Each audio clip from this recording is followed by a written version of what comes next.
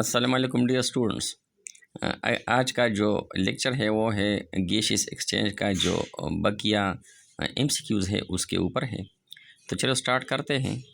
MCQs number 10, how many loops are present in right lung, यानी right lung में कितने loops होंगे। तो यहाँ पर लिखा है 2 3 4 5। तो यहाँ पर हमारा जो आंसर होगा वो 4 होगा। ये जो है ये आंसर होगा।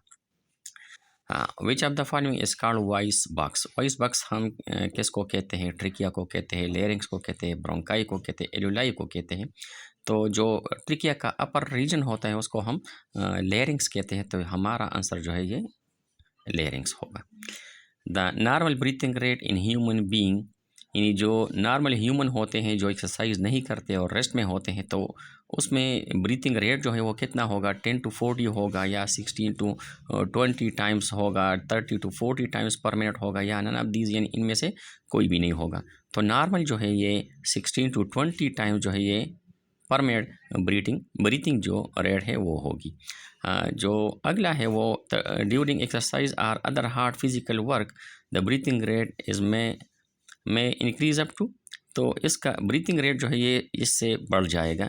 तो ये तकरीबन हम कहते हैं कि 30 से 40 तक ये ब्रीथिंग रेट जो है ये बढ़ सकता है। ये 50 से 60 तक, 50 से 55 तक, और 60 से 70 तक। तकरीबन ये 30 से 40 तक ये बढ़ जाता है। तो ये हमारा आंसर होगा।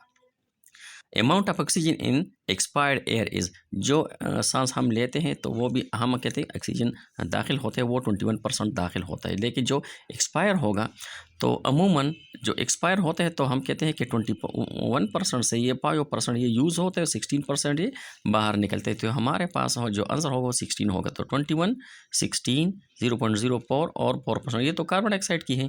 ये हमारा जो आंसर है ये 16% ये ठीक रहेगा। Amount of carbon dioxide in inspired air is, जो हम सांस लेते हैं तो हम कहते हैं कि उसमें जो कार्बन डाइऑक्साइड की जो मकदार होगी वो तकरीबन होगी 4%, यानी 0.04% ये होगी। ये 4% जो है ये एक्सपायर्ड में होता है। Amount of nitrogen in expired air is, अब नाइट्रोजन की जो मकदार है वो कितनी परसेंट होगी? 70% होगी, 80% होगी, 79% होगी, या 4% होगी। तो हमारा जो आंसर है यहाँ पर ये तकरीबन ये 79, यानी तकरीबन ये 78 जो लिखा है, रफली हम 79 लिखते हैं। तो ये आंसर ये ज़्यादा मौजू रहेगा। अब pneumonia is an infection of, अब निमोनिया किस चीज़ का इन्फेक्शन? हम कहते हैं कि कहाँ पर ये जो मर्ज़ है लाहक होता है। तो किडनी में, डाइजेस्टिव सिस्टम में, लंग्स में और ब्लड में। तो हम कहते हैं कि ये लंग्स में होता है। लंग जो है उससे खराब होते हैं, बैक्टीरियल और वायरल इन्फेक्शन होता है। Which one is the form of allergy, कौन सा जो है वो एलर्जी का एक, हम कहते हैं कि एलर्जी की वजह से ये जो डिजीज़ है वो क्या होती है? एस्थमा है, ब्रोंकाइटिस है, निमोनिया है, लंग कैंसर। तो ये अमूमन ये एस्थमा जो है ये एलर्जन से कास होते हैं। 19 नंबर जो MCQs है हमारे पास वो है कि when the world no tobacco day is celebrated. तो नो टोबैको डे का जो दिन है वो कब मनाया जाता है? तो ये तकरीबन इसमें कोई भी नहीं है। ये है कि 30 जून है, 31 है, 11 है और नन। तो ये इसमें हम कहते हैं कि इसमें कोई भी नहीं है। यहाँ तक ये ठीक रहेगा।